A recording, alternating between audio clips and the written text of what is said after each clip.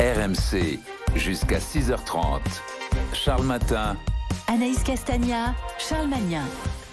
Il est 6h11, vous êtes bien sur RMC et RMC Story. On part tout de suite sur la Côte d'Azur pour parler de la pénurie de main-d'œuvre.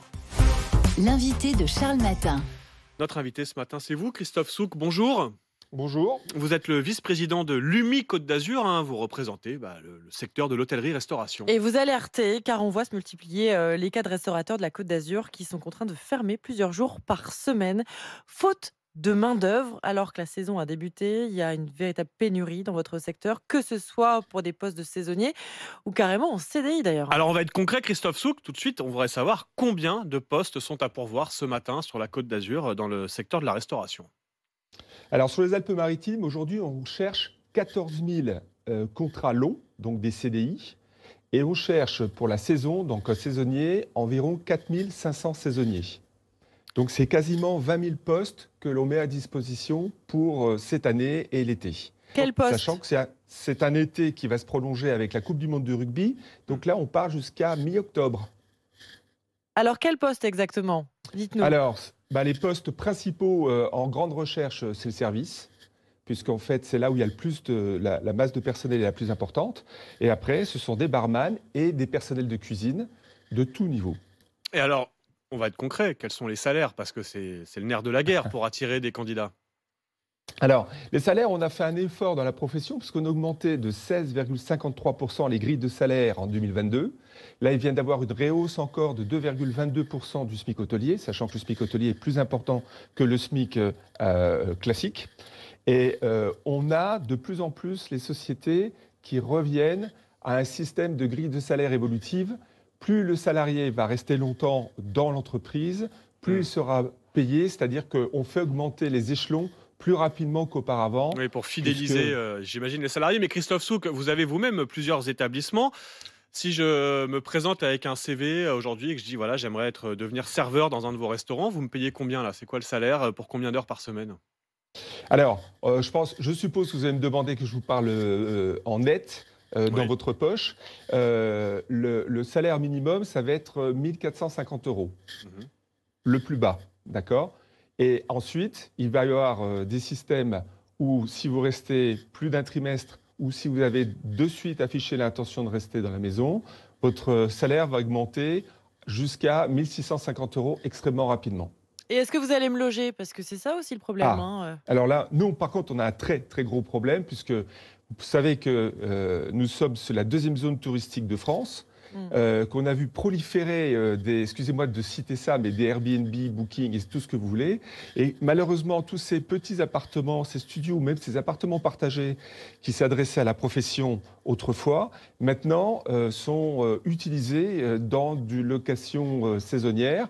Et malheureusement, cette bataille, on est en train de la perdre. Et on a vraiment beaucoup de difficultés pour loger les personnels ici.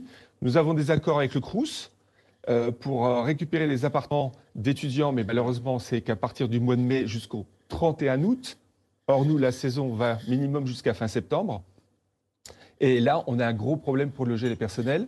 On essaye d'alerter les pouvoirs publics. C'est très, très compliqué. Et alors justement, Christophe Souk, on voit des témoignages de restaurateurs sur la côte, dans les Alpes-Maritimes, dans le Var aussi, qui disent en ce moment, on est obligé de fermer certains midis, certaines journées entières en semaine parce qu'on n'a pas assez de personnel. On préfère, par exemple, se concentrer sur le week-end. C'est des remontées de terrain que vous avez aussi au sein de l'UMI ? Exactement. Là, on a un cas bien particulier, puisque vous savez qu'entre Menton, Monaco, Nice et Cannes, on fonctionne tous les uns avec les autres. Le festival du film qui commence aujourd'hui, on est obligé de déshabiller une partie des personnels des sociétés avec le personnel pour les envoyer à Cannes pour pouvoir avoir des équipes complètes pour pouvoir faire face au festival du film, puisque la population se multiplie par 5 sur Cannes pendant le festival du film.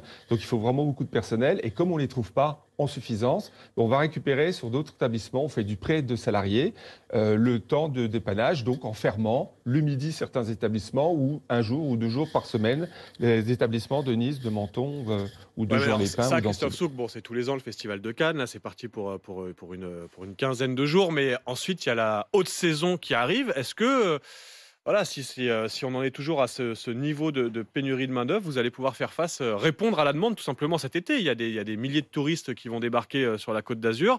Est-ce que certains vont trouver des restaurants fermés, quoi?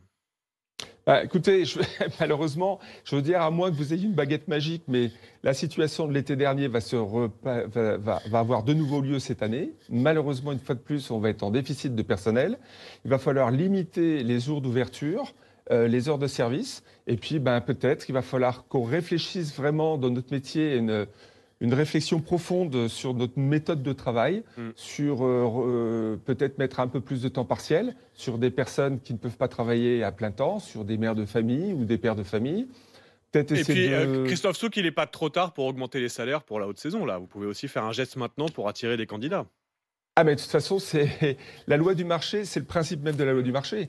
C'est-à-dire que quand vous avez peu de salariés qui se présentent à des postes, c'est celui qui va mieux les payer qui va pouvoir recruter. Après, on ne voudrait pas tomber dans ce système-là trop brutalement, parce qu'à un moment donné, comment on fait pour rentabiliser une entreprise? On ne peut pas augmenter constamment les prix de vente d'un menu ou d'un plat ou d'une bière uniquement parce qu'il faut payer plus les personnels, parce qu'on a une inflation galopante. Non, il faut qu'on arrive à trouver un équilibre. Donc, il faut vraiment qu'on repense notre mode de travail, la manière dont on propose des conditions de travail qui doivent être exemplaires, et puis écouter peut-être un petit peu plus les problématiques de nos salariés et peut-être un peu moins celles de nos clients. Oui, les contraintes notamment d'horaire, etc. On le sait, les conditions de travail dans la restauration. Merci Christophe Souk d'être venu en témoigner ce matin, vice-président de l'UMI sur la Côte d'Azur et qui fait donc face à cette pénurie de main-d'œuvre. 14 000 CDI à pourvoir immédiatement dans le secteur de la restauration, alors que la haute saison est sur le point de débuter. 6h18 sur RMC. Tiens, on parlait main-d'œuvre, c'est l'un des aspects de l'économie. Et justement, Emmanuel Le Chypre est arrivé, attiré par le sujet. Mais dans le Chypre du jour, dans un instant, Emmanuel, de quoi va-t-on parler? Ça va être le bazar dans les restos cet été. Il râle déjà. Le Chypre du jour dans un instant, Manu. Ah nos serveurs et serveuses au moins là, ils ont autre chose à faire. C'est trop de mails. Trop de mails, ça stresse. Trop d'emails, on en a parlé déjà de bon matin et on va rentrer dans le détail dans un instant de nos boîtes mail, de nos courriels avec Emmanuel Le Chypre et puis ensuite la Story Sport avec Alex Biggerstaff. Bonjour. Salut, on va parler de l'enfant terrible du tennis français qui a reçu son invitation pour Roland-Garros dans une semaine. Ah, j'imagine qu'on va entendre Benoît Paire dans un instant. J'ai déjà hâte, c'est tout de suite sur RMC. RMC jusqu'à 6h30. Charles Matin.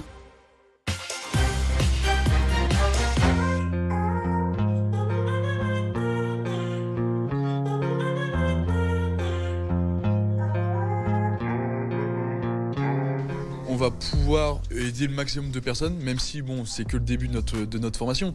Donc on n'a pas réponse à tout. Mais il y a des situations où on n'a pas vu en cours et ça nous pousse à chercher un petit peu plus.